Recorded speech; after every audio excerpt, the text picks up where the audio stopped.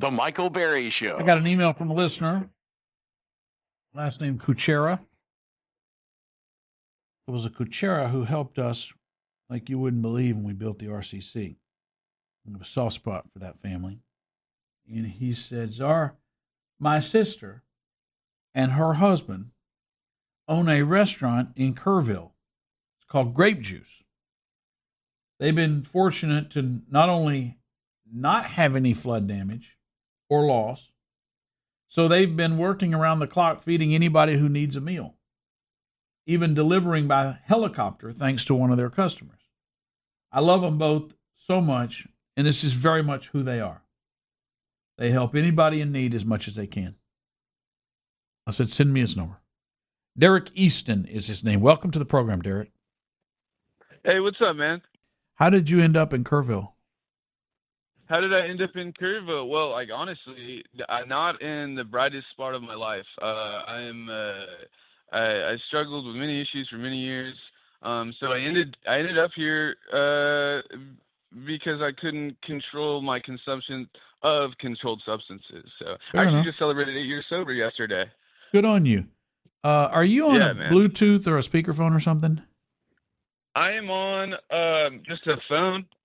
I can probably put you on speaker. No. No. If you're on a phone and you're speaking right into the microphone, Yes, sir. Okay, all right, we're good. There we go. So you had a controlled substance problem. A lot of people do, and you decided Yes, sir. you needed to get out of town and just clear your head and get some fresh air. Yes, sir. Well, Kerrville has a pretty strong recovery community. There's a lot of good people helping a lot of good people around here, and so it kind of was like on my radar as I was struggling in and out of like different institutions, and so then that's how I made my way to Kerrville is through that. And then, funnily enough, it's like I get out of treatment, I go to sober living, I get hired as a busser at the very restaurant I own today. I just kept working and falling upwards, and eventually it came. My life changed. The people around me changed. My perspective changed. My connection to something greater than myself changed, and I kind of just really had a transformative experience. And so, my life's been a blessing ever since I did this. And one of those things is just keep doing the next right thing. And that's what this really is. Wow. That's an incredible story, Derek. Yeah, it's been a roller coaster. But I will say, if it wasn't from that initial willingness and desperation in the first couple months I arrived in town to really get it together and figure out how I could be a productive member of society, if you will, none of this would be possible. So I hold a lot of credit to the people in the very beginning of this story, 8 years ago, that really helped me get sober and get connected to not only something greater than myself, but a community and some principles to live by. I have watched so many people in the throes of addiction, Yes, sir. and very few people make it out. And when I see someone Yes, who does, I recognize that journey and that difficulty and that struggle. And it's an ongoing struggle. It never goes away. And I just, it gives me so much hope. It gives me such happiness to see, and what an inspiration. There's a reason God put you on our show today, and it's only partly because you're feeding the people in Kerrville. Tell me about Grape Juice. Sir. So Grape Juice, we are traditionally so in 2007, Patrick and Carrie Wilt started this as the original owner started it as a wine shop. He came from the wine distribution side of things, and he saw a need in this area to kind of provide the Hill Country with a quality wine experience, but that wasn't too hoity-toity. The wine world can sometimes be pretty nose in the air when it comes to it, but wine is one of the oldest beverages on earth, and it's which is interesting because I come from a recovery background. So they started it in Ingram, actually. They are in the border of Ingram and Hunts. So it was a wine shop, and then when they moved to downtown Kerrville, they started serving food, and through that it's just kind of organically evolved into like a full service restaurant. I came on board 8 years ago as a busser. I was bussing, washing dishes. Then I moved into serving, and then I moved into back of house and pretty much every function until I got to general management right around 2020. Right around 2020, 2021. What we do is we serve hill country comfort food, but with like a hill country twist. So we deal with a lot of local ingredients. We have a distributor, Chris Hughes, out of Broken Arrow Ranch that gives us South Texas antelope or nilgai, if you're familiar with it. And we do ground nilgai, braised nilgai. But we put that. We don't do it like on like fancy fine dining. We do it on like strictly like working class meals you're familiar with, tacos, hamburgers, the like of that. We also do quail. And so that's kind of like been our modus, like food you're familiar with, but with like a little bit of a twist. It's actually really weird talking about grape juice. It feels like it's been 4 weeks since I've got to spiel my business or my restaurant, because of how quickly we had to change on a dime, and we've essentially become a canteen for all first responders and those affected by the flood. But I'm happy to do it because it's really what my passion is food service and hospitality. What are you seeing in the people you're helping? What from an out for outsiders? How would you describe it? Gratitude mainly. Gratitude. It's just like a lot of gratitude. We've been overwhelmed with what I'm now calling positive noise, which is you don't really hear about that too much today. Our Facebook page, our Instagram, even our phones are just pouring in love and support from not only the local community but the world at large. The people that are coming in, it's a lot of tears, man, like grateful tears, and it's sometimes surreal, and sometimes like we're so focused on what we're doing that we sometimes we have to keep telling ourselves to take like breaks and pause and like really like understand what we're doing. Because I'll be honest, we didn't set out to do like we didn't. I'm a restaurant owner, a small business owner, that loves his community, and so is going to do whatever he can for his community. But I didn't like set out to run a like distribution center for those in need. When we initially started, the impression was that like the call I got, Hold just the a call moment. I got, Hold on just a moment, yeah. Derek. Jim, they have BAR antelope nacho meat. How good does that sound? Probably jarring a popcorn. Sounds good. Derek owns and operates Grape Juice in Kerrville, which fortunately was not hit. How did you manage to avoid the floods? What's the location? And that's what I mean by that. So we're at 623 Water Street off Sidney Baker. We're like right on the corner of downtown, right? You've probably seen some images of Louise Hayes Park where your listeners might have, where the bridge is about 30 feet from the water. So we're about 30 to 35 feet. I'm not. These metrics might be off, but we sit pretty high above where the standard river flows, and it's actually pretty beautiful. It's very scenic, and then we also sit on an incline, and where this is housed is the building's over nearly 100 years old, over 100 years old. In fact, it used to be a movie theater, then a general store, and so we sit pretty high. I think for the main reason of getting like shipments for the general store on a loading dock. We were like the concessions and the general. So fortunately, the building sits on an incline and we're pretty high. We didn't even see any debris or detritus in our back parking lot. We got blessed with that for sure. What does BAR stand for on your menu? So it stands for Broken Arrow Ranch. We do that is what the distributor of the nil Okay, guy. yeah, you said that. Yeah. How do you Yes, how sir. do you So make a Broken Arrow Ranch antelope nacho meat and it not be dry? Because every time I've had antelope, it ends up being very dry. So what nilgai is also referred to as blue cow. So it's like a leaner beef. So we braise it. Braising really helps, and then like ground and cooked and braised in a salsa verde is also like really Okay. Okay. what keeps it from being dry. There's a place in Houston called Rainbow Lodge that's kind of famous for their various uh, game, and I love to try different meats, but I find that many of them are extraordinarily dry. So after you get over the concept of how neat it is that you're eating, you almost need like a chutney or a sauce or something separate from it, Exactly. which is a bummer because I like to Exactly. eat meat dry to actually get the flavor of a meat because so many things Yeah, no, I understand. they drown. The Broken Arrow Ranch braised venison. Tell me about that. So that is also going to be nilgai, but it's braised in a gochujang sauce, which is essentially a Korean barbecue sauce.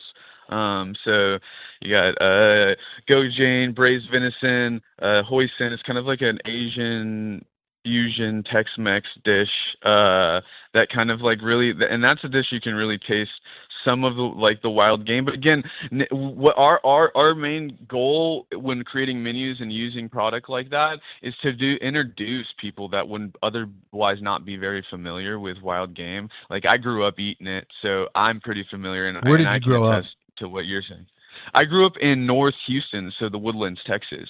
Okay. I was born and So raised. Yes, sir. so So yeah. when Jim got you on the line, I'd forgotten we were doing this discussion, and he goes, "Hey, don't forget, I got Derek Easton right now."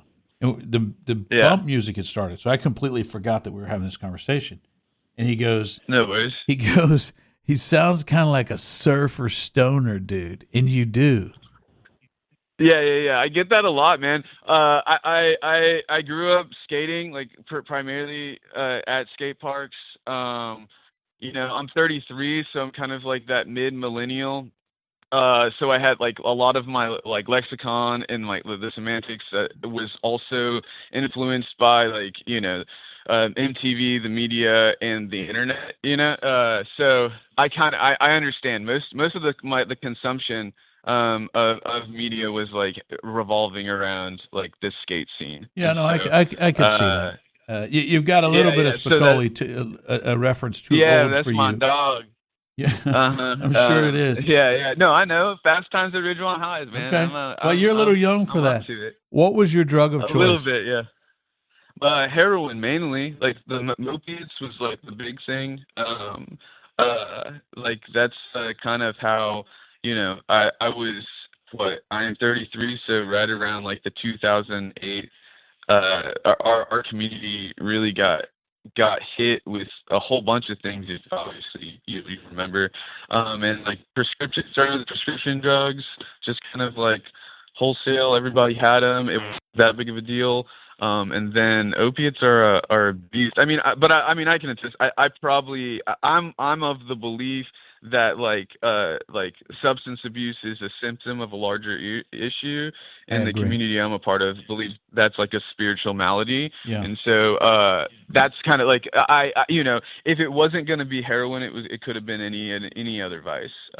But mainly opiates for a good like decade of my life, starting at probably like 14, 15, Wow. And then graduating to intravenous drug use probably pretty quick shortly after that. I am lucky. I do feel blessed. I did get sober in 2017, really before this fentanyl crisis that we're in right now. So Yeah. I feel lucky for that. Heroin is a dangerous drug by far, but like it's nothing compared to what we're seeing now. And that's just by the grace of God. I tell people when I tell my story that like if it would have even been a couple months later, it literally fentanyl hit our area right. It was already kind of seeping in, but 2017, 2018, we really saw it, and we saw a lot of community members and friends I'd grown up with, like that who are no longer with us because of that. So that was that was the big. But I was an anything and everything type of dude. If it changed the way I felt, I was gonna do it. But the grip of heroin was really the main thing that was destroying my life. How'd you get into food service? Food service? Well, I mean, it's kind of one and the same, man. Like when you spend your early, I didn't really have direction as a teenager or in the early 20s, and the food service industry is always looking for people like that. I wouldn't say in most contexts it's like the greatest place to be if you are like in early recovery. But in Kerrville it's a little bit different. A lot of the places around here have a lot within upper management and lower management and even on the floor have people in recovery, so there's a little bit of accountability. But just a need to honestly pay. It's cash a lot of the times, and you can get cashed. You can get cashed out at the end. Hold Yeah, with you're me for good. just a minute. Derek Easton, the restaurant is Grape Juice in Kerrville. They're feeding the folks there. I got a message by email about a fellow whose sister and her husband run a restaurant in Kerrville, which amazingly was not devastated by the storm, called Grape Juice, and that they're feeding the people there for free, and that's kind of their ministry. I thought that was cool. So we're talking to the owner, Derek Easton, who I guess is the brother-in-law. I wanted to ask you a question, Derek, about the crackaroni Yes, and sir. cheese. Okay. The crackaroni and So cheese. that's our version of macaroni and cheese. It's a shell pasta, Gouda base. You got Q-tam, pearl onions, cherry tomatoes, and then we use that as a base for a variety of dishes. The chupacabra would be like pulled pork, slaw, the aforementioned crackaroni. We have a honey badger, which is going to be antelope chili, crackaroni, Fritos, kind of like chili mac Frito pie. And then we just recently dropped a menu item not too long ago called the Phoenix, which is kind of a callback to a past menu item, which is broken arrow ranch quail, slaw, and our crackaroni. So it's a macaroni and cheese. It's our version of macaroni and cheese. So, Derek, this place has, at least by the menu and your vibe, and I mean, I get kind of Heights, near West feel to it. Kerrville, I've spent some time in Kerrville. Kerrville has, much like Fredericksburg, a lot of those. Some older folks have been out there for a long time. They like their basic comfort food, and then you got a lot of newer folks, private equity, and younger folks maybe that live in Tanglewood and have a second home there. How has this menu been received? Oh, excellent. I mean, I think because it's organic and because it's like give and take, and we change it every 3 to 4 months. It's just a spot where people know they can come and get quality, locally sourced food. They know that that the menu is going to get changed. They know they can come here 3 to 4 times a week and have a different experience.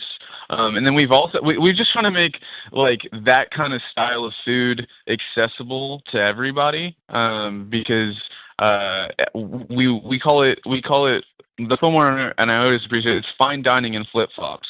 I mean, my typical uniform is like Vans, shorts, and maybe like a punk rock T-shirt. And so, but we're also on the other side very knowledgeable and passionate about what we're doing. And so we make it approachable for somebody who may feel kind of intimidated by going into some other fine dining establishments. And so it's been received well. We're kind of a cultural hub here in Kerrville. We're really community focused. I think outside of the normal summer season, we are I would say 75-80% of our customer base is regulars. We always like to welcome in new and tourists and people that maybe are traveling from afar that stumbled in, but our focus is really has always been serving the community that we live in because we're a part of that community. All right, let's break down the demographics of that. I know it represents every group, but let's take your regulars, 1,000 people, whatever Yes, you want sir. that number to be, 100 people, and let's break them down into percentages. What percentage of those are retirees? I would say probably about 25 to 30%. Of those retirees, what percentage of those lived there for a long period of time, and what percentage of those, just the retirees, moved there in retirement? I think like I would say it's probably about 50-50. What we do end up having is a lot of people that grew up here, went to high school here, then went off to college, started their careers, and then they retire back here. Yeah. If that makes sense. No, it so makes it's like a lot of sense. like, yeah, they come back to home because it's a beautiful place, man. And that's really the true devastation of what just happened. Is like, I've been here 10 years, but I'd say the median age of my staff is around 23, 24, and a lot of them are born and raised here. And so it's just like, I can't imagine. I was telling them, like, I was talking to them last night, I still have childhood places that I went with my family, and they still exist. And it's just not, that's not a fact for a lot of these young people. Yeah. Do you live in town or out in the country, or how far Yes, away? sir. I live maybe 7 minutes from the restaurant. I live pretty close.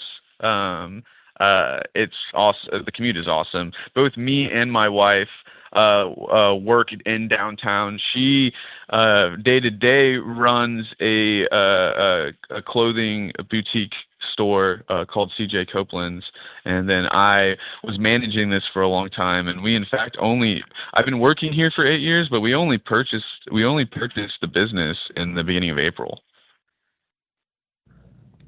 Wow. Yeah. When you said, well, let me ask this: when you look around, I mean, I'm sure as you're feeding these people, you're talking to these people, and there are worries and concerns. Where do you see Kerrville a year from now, 5 years from now? How does this affect Kerrville? I think the concerns is just the uncertainty in that fact, and even the consideration of that fact. We don't really, we've been so focused on like the short term, and that's what a lot of the efforts have been focused on. So our recent mission is to kind of create long-term sustainability, because it's going to be years. I've been talking to people all over the world that have gone through stuff like this, Asheville, Arizona, kind of getting other small business advice about what happened in the beginning and then what happened months and years from then.